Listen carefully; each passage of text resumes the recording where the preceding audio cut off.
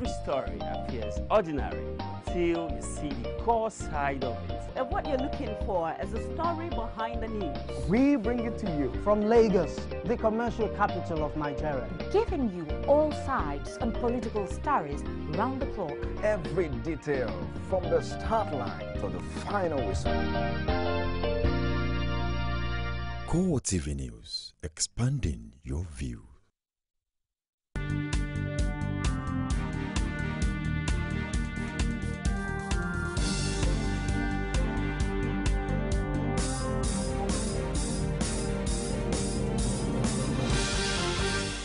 Hello there, thank you for joining us on Core TV Primetime News. I am Frank Omalapeh in our top stories. The leadership tussle in the House of Representatives continues as Speaker Yakubu Dogara again rejects Femi Gbajabiamila as House leader.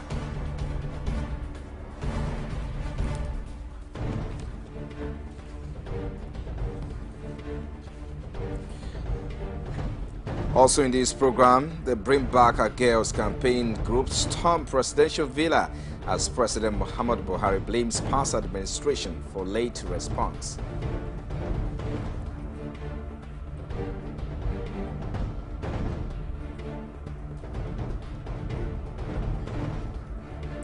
And a battle over credit taking on bailout fund rages as APC lashes out at the People's Democratic Party for creating unnecessary controversy.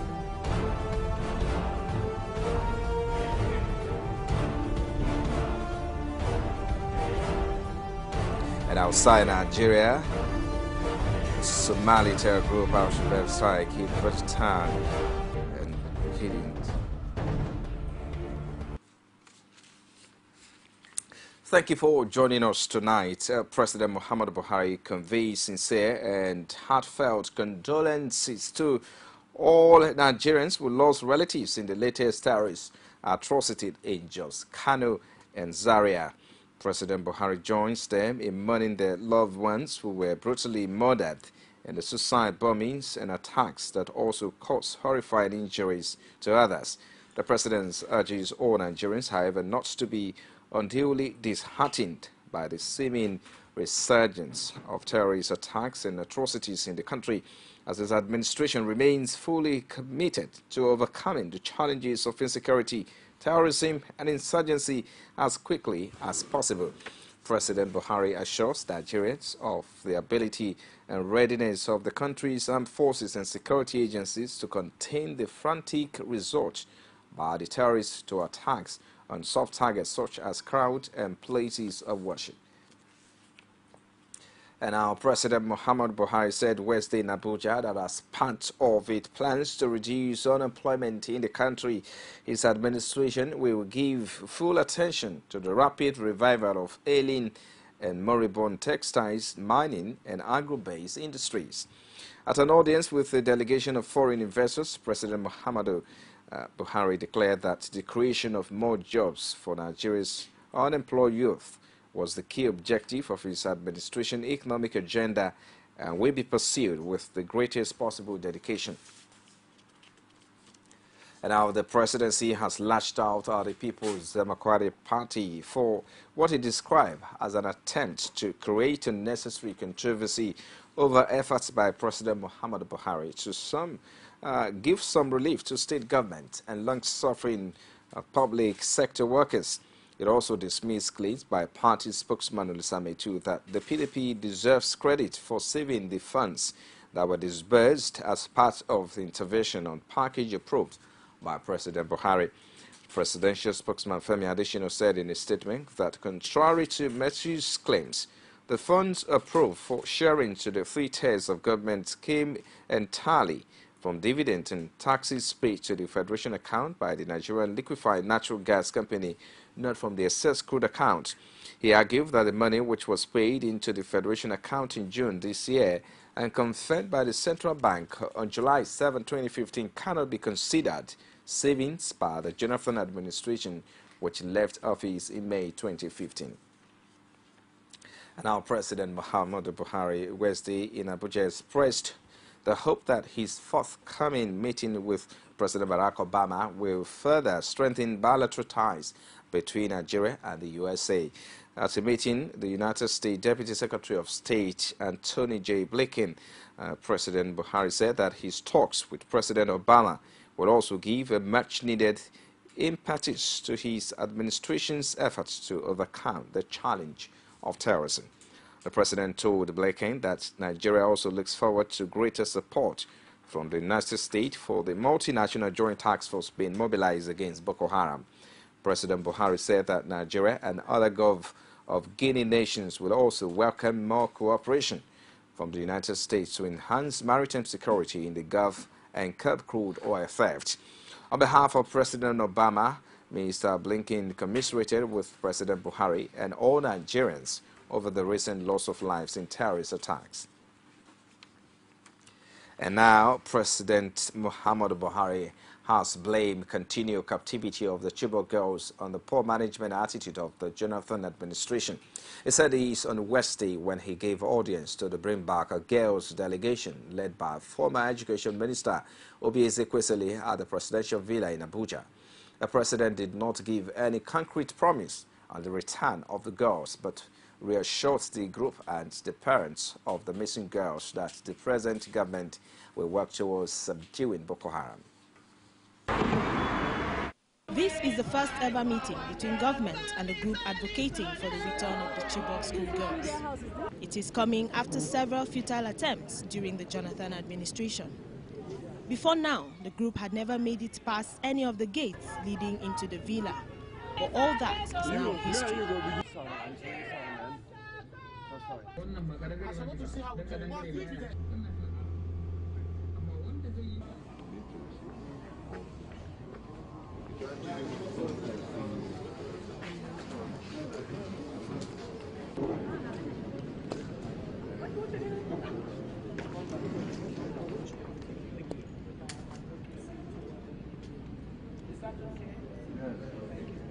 Although the atmosphere and circumstances are different, they are still asking one question: what efforts are being made to rescue the girls? We also demand that Mr. President would set up a commission of inquiry for accountability on all that has happened in the Northeast, including especially the abduction of our Chibok girls.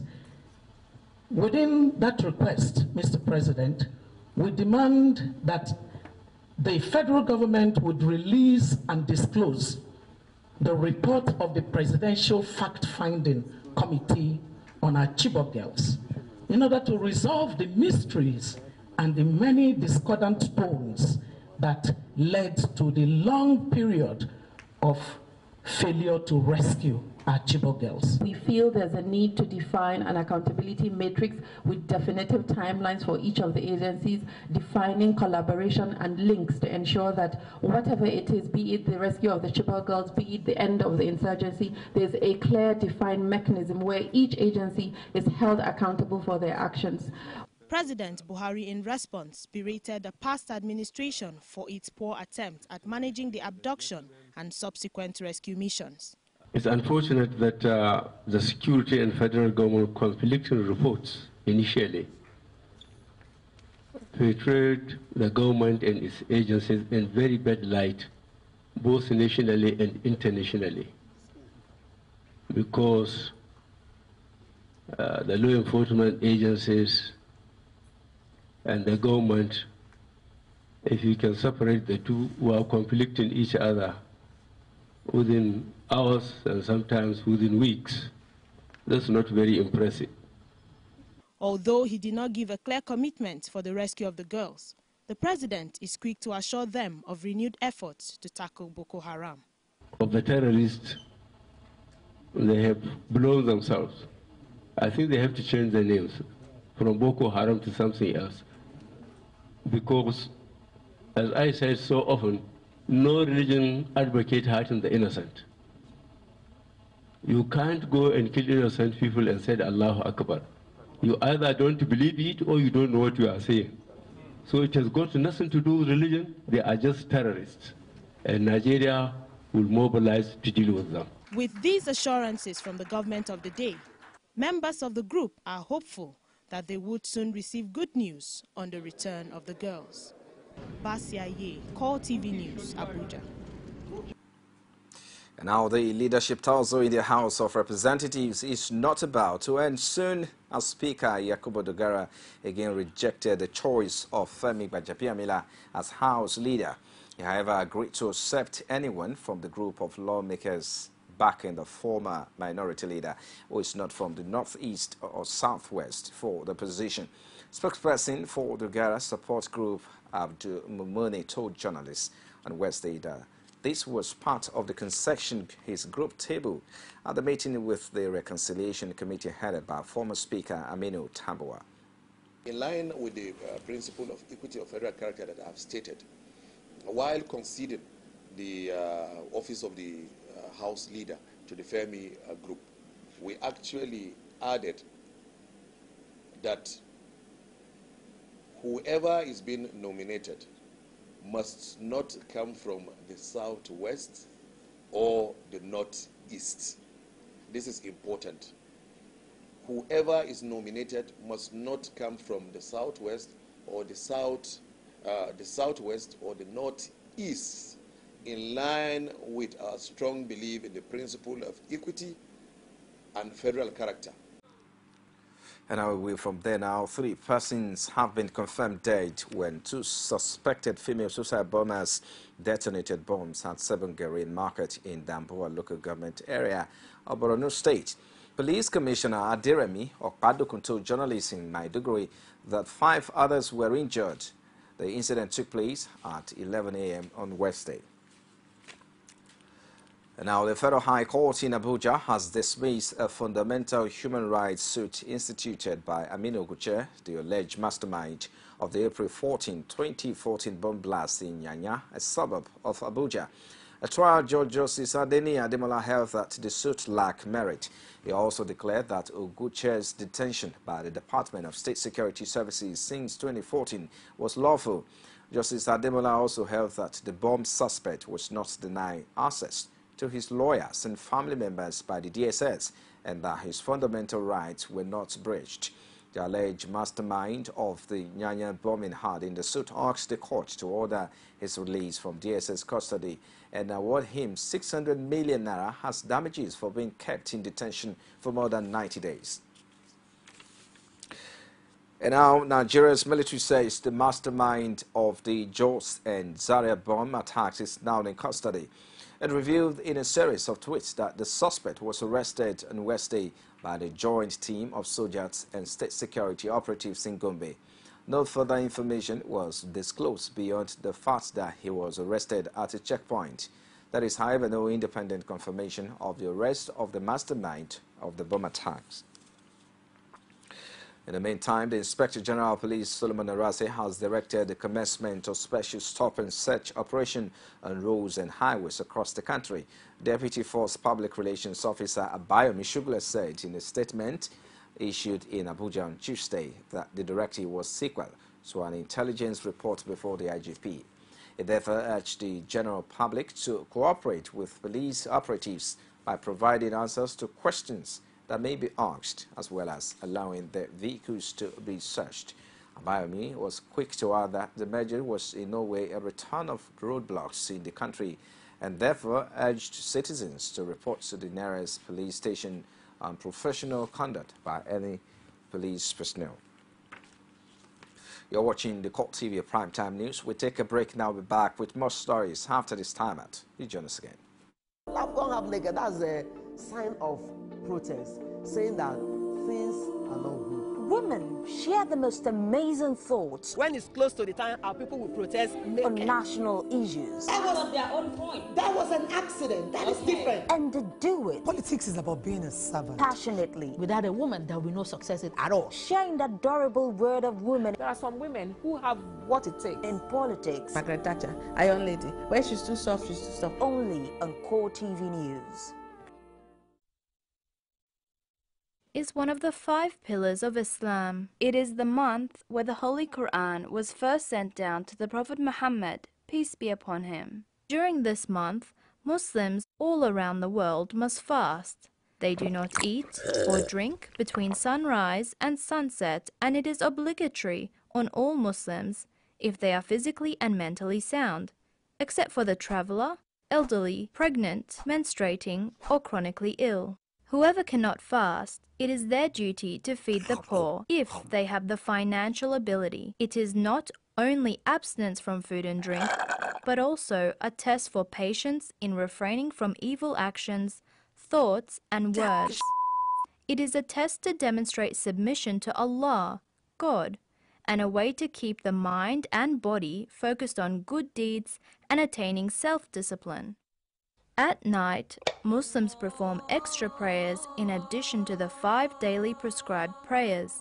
It is also a requirement that Muslims give charity to the poor by the end of Ramadan. The rewards for good actions are multiplied in this month, and this is why it is encouraged to reassess our actions, make beneficial use of our time, do extra prayers, read the Quran, and ask for forgiveness so that we may attain paradise through Allah's mercy, insha'Allah. You're watching Court TV Primetime News live from our Lagos studios. If you've just joined us, a quick reminder of our top stories. The leadership tussle in the House of Representatives continues as Speaker Yakubu Dogara again rejects Femi Gbajabiamila as House Leader.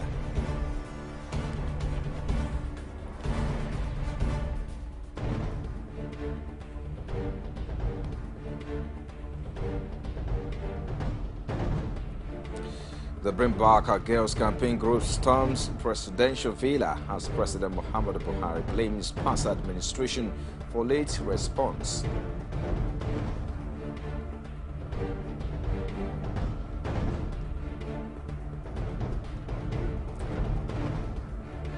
And the battle over credit taking on bailout fund rages as APC's lashes out at the People's Democratic Party for creating unnecessary controversy. All our top stories can be found on our social media platforms like your Facebook page. It's facebook.com/CourtTV News. You can also follow at CourtTV News NG. For live streaming now, log on to youtube.com/CourtTV. Leave a space, then news. Now, the Federal High Court in Abuja has ordered that former Adamawa State Governor Murtala Nyako and his son, Senator Abdulaziz Nyako, be remanded in the custody of the Economic and Financial Crimes Commission until July 10. This was after the Commission formally arraigned the duo on a 37-count charge bordering on laundering public funds in excess of 40 billion naira. The accused persons pleaded not guilty, and trial judge Justice Eva Chukwu ordered them remanded in custody till Friday, when the bail application will be heard. Our correspondent Basi Okafo has more in this report from our studios. You can see this afternoon we came with our witnesses. We had one witness in court, but unfortunately the defense was not ready to go on. We are ready. We lack accommodation. It's a very big challenge for us. When we get to the office, we know how to solve it. Full details of that report coming shortly. And now, former Imo State Governor Ikedio Hakim was arraigned before Justice Ademola Adeni of the Federal High Court, Abuja, but his case was adjourned till July 9 for hearing on his bail application. Hakim pleaded not guilty to a 3-count charge of money laundering and was remanded in EFCC custody. The former governor, who was arrested by EFCC operatives on Tuesday, July, is standing trial for allegedly making a cash payment to the tune of $2.2 million. That's about 270 million naira for the purchase of a property at plot number 1098 Cadastral Zone, Asokoro in Asokoro District, otherwise known as 60 Kwame Nkrumah Street, Asokoro in Abuja. The amount is above the threshold approved for an individual going by the provisions of Section 1 of the Money Laundering Prohibition Act 2004. He's also accused of deliberately neglecting to disclose all his assets in the declaration submitted to the Commission. Meanwhile, the Economic and Financial Crimes Commission on Wednesday failed to arraign former governor of Jigawa State, Sule Labido, and two of his sons, Mustafa and Aminu, in Kano money laundering charges. This was because the commission could not produce the former governor and sons in court despite filing charges against them in Kano on Tuesday. The prosecutor, Simon Akpa, blamed the development on flight problem from Abuja. The trial had to be arraigned in court on the 24-count charge of alleged mismanagement of about 1.3 billion naira and abuse of office. Lamido was alleged to have awarded contracts valued at 1.3 billion naira to some companies believed to be owned by his children.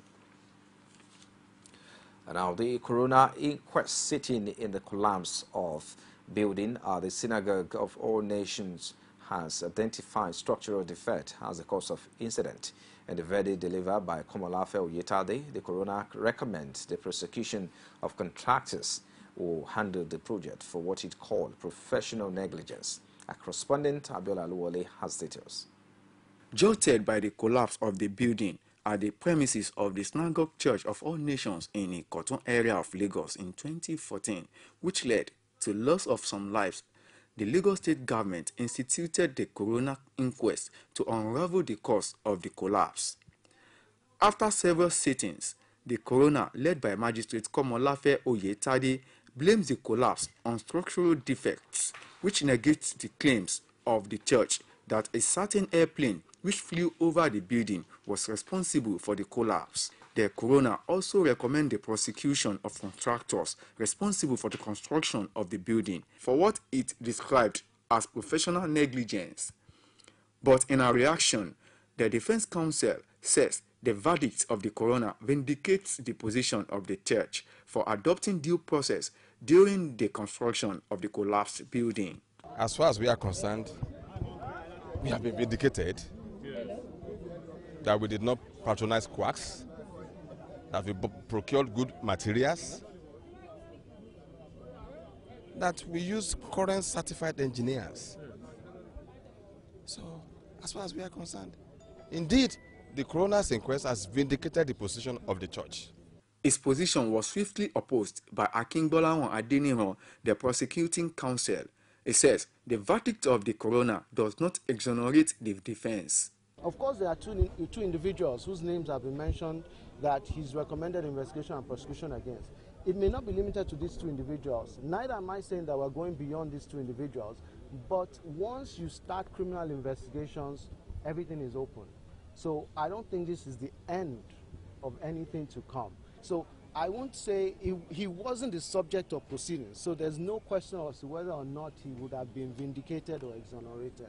So I would take issues with that. As both parties proceed to study the verdict of the coroner, observers will be waiting for the next line of action to be taken by the state and the defense. Abiola Oluwole, Core TV News, Lagos. And now the Imo State Council of Security, headed by Governor Rochas Okorocha, says the council is set to tackle insecurity in the state. The council, in its just concluded security meeting at the Imo State Government House, says they are ready to work together for better security of the state.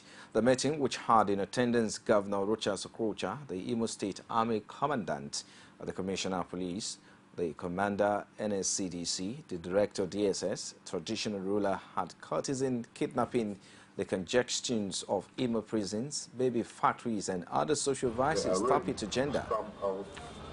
Kidnapping in Imo State, agreed that they come very, very hard on rapists, kidnappers, and thugs, which has become what you might want to call the order of the day in Nigeria, not even in Imo in particular. So Imo State has decided today to get rid of them, all these social ills in the society. And now the 400 billion naira bailout fund from President Muhammadu Buhari has caused scruples between the Ekiti State government and the state chapter of the All Progressives Congress. While the state governor, Ayodele Fauci, says Ekiti State is given its entitlement from as a federating unit. The APC says denial of such fund is an act of ingratitude on the part of the state government and a means not to use the fund for the purpose of payment of salaries. Our correspondent Rashid report from Ado-Ekiti. The bailout fund made available by the Central Bank of Nigeria to states with financial distress has been seen as a good gesture. But to the Ekiti state government, no bailout was made available as the 2.1 billion naira accrued to the state is just its rightful entitlement from the Federation account. However, the APC in Ekiti state has said such statement on the side of Governor Ayodele Fayose is a sign of ingratitude. This state was listed among the states bailed out by the federal government. Again, it is far from the truth. May I say very clearly, the money was legitimate earnings for Ekiti under the federating units. The money was meant to bail out the state governments in payment of workers' salaries, public servant salaries. And this is a government that is still owing September 2014 salary. This is a government that is still owing June salary of 2015. While the government says the 2.1 billion naira accrued to the state is not enough to settle June's salary, promising to source for additional funds, the APC insists that the fund is more than enough to offset outstanding salary payments. This 2.1, our wage bill is about 2.6. I will work hard within the next 1 week to find a way to make up the 2.1 to 2.6 to be able to pay the June salary. The wage bill of Ekiti, as of the moment, is about 1.6 billion naira. It's trying to explain a way so that the people, particularly the public servants, will not be expecting that you will pay the backlog of wages with the bailout fund. On the part of the state government, announcing Ekiti as one of the bailed-out states amounts to seeking cheap in popularity by the Buhari-led government. But the APC carpets Fayose, saying his recent outburst is a ploy to discredit the government of President Muhammadu Buhari. I want to make sure that I do not leave gap for anybody to start taking cheap accolade for what did not happen. Apologize on behalf of Ekiti to Mr. President, and that he should not take Fayose serious on such matters, and he should see this, like we are saying, as a continuation of his hate campaign. Bailout or not, Nigerians are eagerly watching how the funds will be expended by the state government, as this is seen as a rare opportunity to alleviate the sufferings of ordinary Nigerians. Rashid, Core TV News, Ado-Ekiti. And now the Nigerian Union of Teachers in West Day praised President Muhammadu Buhari for the economic bailout to states. The teachers, however, warned state governments that they won't tolerate non-payment of salaries of their colleagues. The union said this at a ceremony to mark its 84th anniversary at its secretariat in Abuja. It also urged President Muhammadu Buhari to put education and security. Teachers have always said, please don't bite more than you can chew. Education is a very big industry that you have to modify this your free this, free that syndrome. So funding and management of schools and education is very, very capital intensive. So all these challenges are there. You have the challenges of curriculum development. When you look at in terms of welfare of teachers, not all over the country, most of the states in the country, we have recorded a lot of achievement in the area of our own field, and also in the area of development and welfare packages for our members. And our Kaduna State Council of the Nigerian Union of Journalists has cleared the air on rumors that he has endorsed one of the candidates aspiring for the national leadership of the Union of NUJ leadership in the state, which made his clarification when he received the acting president Rotimi Obamwago, who is also eyeing the position. That all the 6 candidates are eminently qualified to lead NUJ. So we want you all to understand that it is God that gives power. We have not endorsed anybody. The union is ours, and we must be willing and ready to do anything to make it survive, to make it work. it is the way you are dressed that you are being addressed. If we want prestige to come to our union, then we must be ready to make certain sacrifices. The next administration of NUJ, under my guide, will give insurance scheme free of charge to every practicing journalist.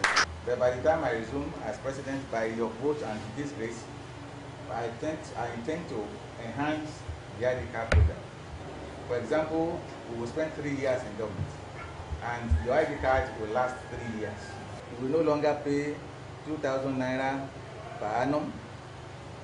What we are planning is that the ID card tenure, the tenure of the ID card, the number of days, years it will use, will also, with the abundance of heart and the experience we have in this job, we can give insurance scheme free of charge.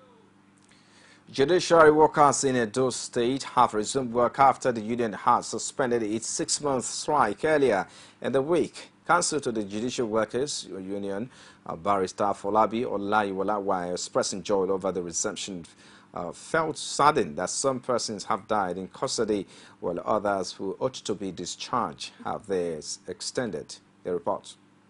The suspension was made possible following Governor Adams Oshiomholi's agreement to ship grounds and pay all recurrent expenditures. Meanwhile, activities was at its lowest ebb despite resumption. Apart from those petty traders and restaurants that are yet to pick up, cleaning exercises are ongoing. Others who came to seek for services were seen in group discussing as there was no court sittings. Some members of the union, however, expressed joy, and now that the court has resumed, they are hopeful that their salaries will be paid as promised. But we are praying family that Oshiomholi, the comrade governor, will pay us our salaries. So we've resumed. However, I'm happy that we resumed. And we have resumed permanently. The job once again, whatever happened has happened, and we are back in full swing and to do our job. State Chairman of Jusun, Uyi Ogiriaki, while commending Governor Adams Oshiomholi for the steps taken to make the judiciary independent, as shows of full activities from next week. I want to really commend the comrade governor for giving recurrent expenditure and directing the accountant general of the state to release the recurrent expenditure, which has to do with salaries, overhead, in short, the running of the courts. And that's a plus to him. I think he'll be happy when he's leaving office, he's leaving an independent judiciary. The National Drug Law Enforcement Agency has intercepted a sum of $2,198,900. The money was seized by the anti-narcotic officials on the grounds of suspected money laundering at the local wing of the Murtala Mohammed Airport, Lagos. 146-years-old Ibitaye John Bamidele is being investigated in connection with the case. The suspect was apprehended on his way to Abuja. Preliminary investigation conducted by the Asset and Financial Investigation Directorate of the NTLEA revealed that Ibitaye's action is in contravention of the Money Laundering Prohibition Act 2011 as amended. He alleged that the money belongs to one Dr. Martins Olufemi Thomas, a medical practitioner in Lagos. Investigation conducted by the agency did not link the money to proceeds of narcotics. However, a country having insurgency challenge cannot afford to ignore suspicious movement of large amount of money.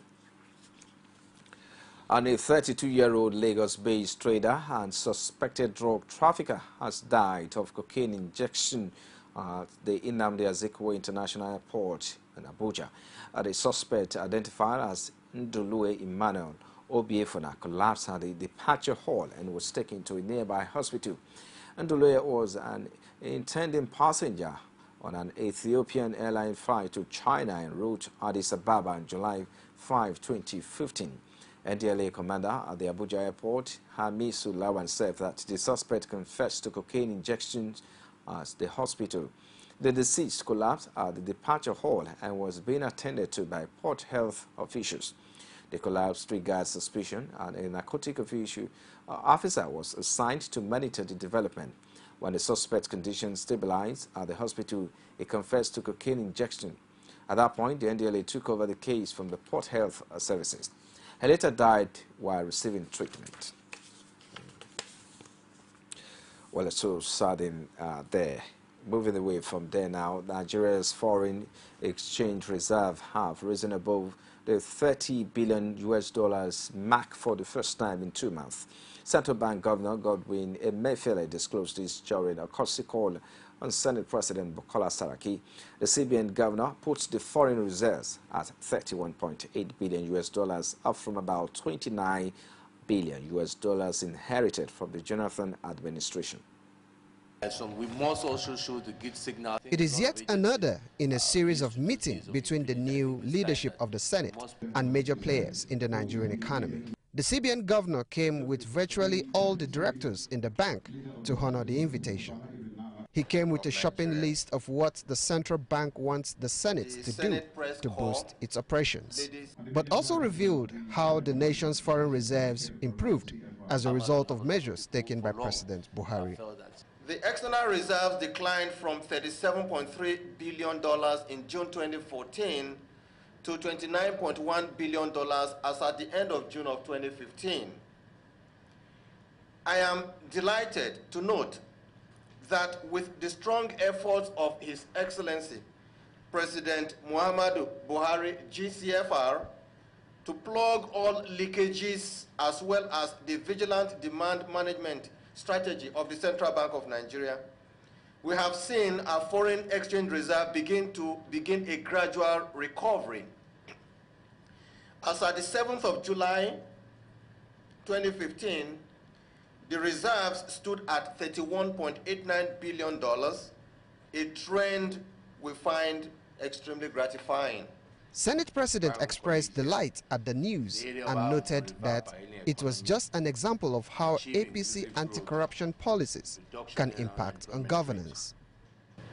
And I'm happy to see that one of the first areas has largely to do with this issue of tackling revenue leakages and this area of fiscal discipline.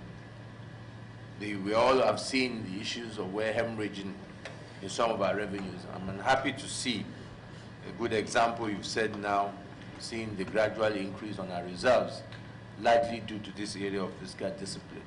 And I think this is a key area that we all need to work very closely together. The two teams soon went into a 3-hour-long closed-door talks, and afterwards, the CBN governor shed more light on the deliberations. We are here at the Senate chambers to brief the Senate President and the leadership of the Senate as part of our statutory responsibilities about the state of the economy, about all the actions that we have taken. You are all aware about some of the actions that we have taken following the drop in crude prices by as high as almost about 45%, and the fact that we've had to depreciate our currency from 155 to 197 naira that it is. We've also had to take certain decisions to ensure that we keep our reserves still looking good. And I think I must use this opportunity to commend the efforts of His Excellency, the President of the Federal Republic of Nigeria, President Muhammadu Buhari, for his dogged approach in saying that all leakages will be blocked. The central bank, among others, wants an end to waivers on rice imports as part of measures to encourage local rice producers. It also wants the new government to take meaningful steps to revive the moribund textile industry, as well as diversify the economy. Well, from $29 billion to $31.8 billion. That seems to be some relief for Nigeria's economy. And that's it in business. We'll take a break now. When we come back, Core TV Primetime News continue in business and other stars. Join us again.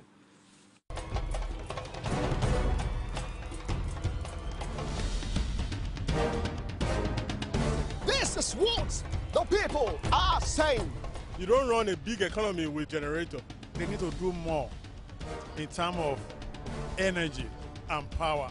Many things to do for this Nigeria about lights, water, and new TT. For Nigerians that are not gullible, we know that good laws have done nothing good for this country. Buhari won the election convincingly. Talk to your husband that you should keep promise about what you said, and because people are watching you, another election is coming. But some people will strong for Yoruba land. Will be strong man. You don't die. This nation is moving forward. The best is going to take place. The people giving voice to the voiceless. Outside Nigeria now, South Sudan rebel leader Riek Machar said President Salva Kiir should resign and dissolve his government at midnight Wednesday when the country's 2011 transitional constitution is set to expire. Rebel leader Machar called on Kiir to make way for a new government. Machar says the people want to know that the regime in Juba is illegitimate and therefore dealing with the regime is just like dealing with a regime that has made a coup, and practically it has made a coup against the people. A political fallout between the two leaders spiraled into interethnic violence in December 2013 that has killed tens of thousands of people despite several ceasefires. The two sides have been engaged in slow-going peace talks under the mediation of the East African Regional Bloc IGAD, but have made little headway toward a lasting deal. Fighting has also pushed communities to the brink of famine and displaced more than 1.1 million people within the country. South Sudan declared independence from Sudan on July 9, 2011. And now Ghana's ruling party reclaimed a parliamentary seat from the main opposition on Tuesday in a closely contested by-election seen by both parties as a referendum on President John Mahama's rule ahead of a national election in 2016.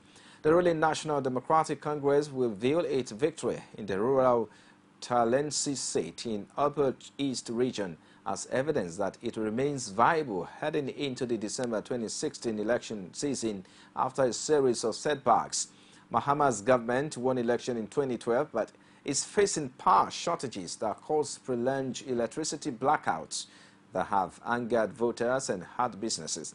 It has also been forced into an aid program with the International Monetary Fund in an attempt to restore fiscal stability and jumpstart rapid GDP growth.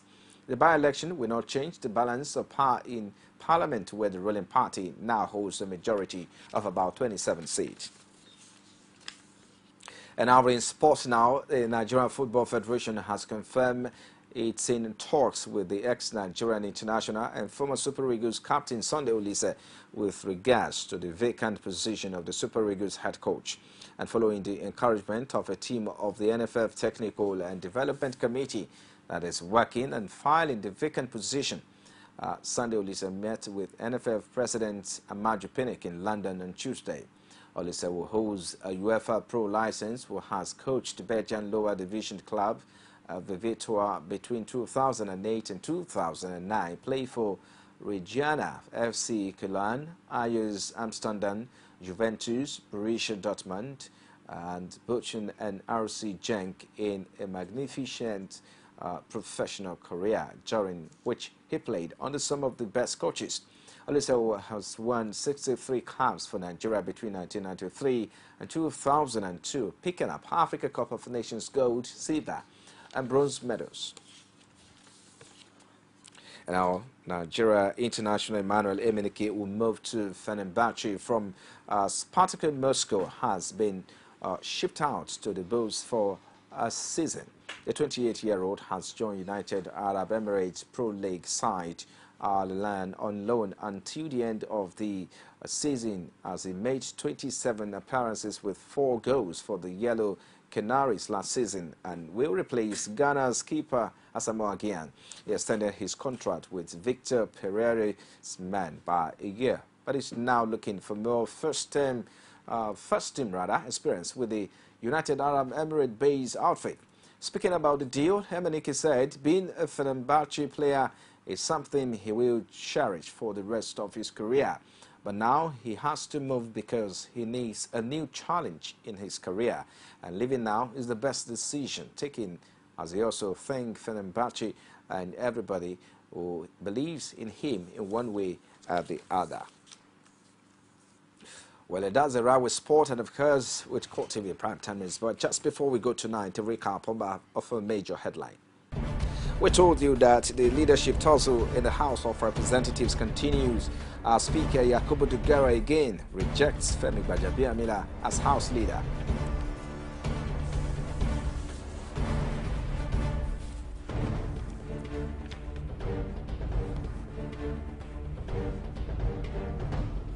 We also brought to you that the Bring Back Our Girls campaign group stormed presidential villa as President Muhammadu Buhari blames past administration for late response.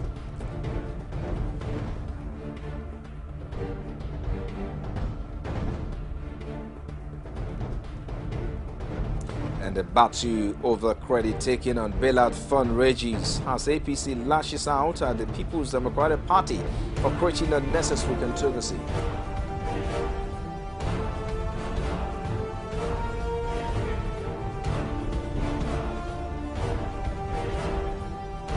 And finally, outside Nigeria, South Sudan rebel leader Riek Machar asked President Salva Kiir to resign. Well, thank you for being part of Court TV Primetime News tonight. On behalf of the entire news crew, I am Frank Omalapeh. Have a good night rest.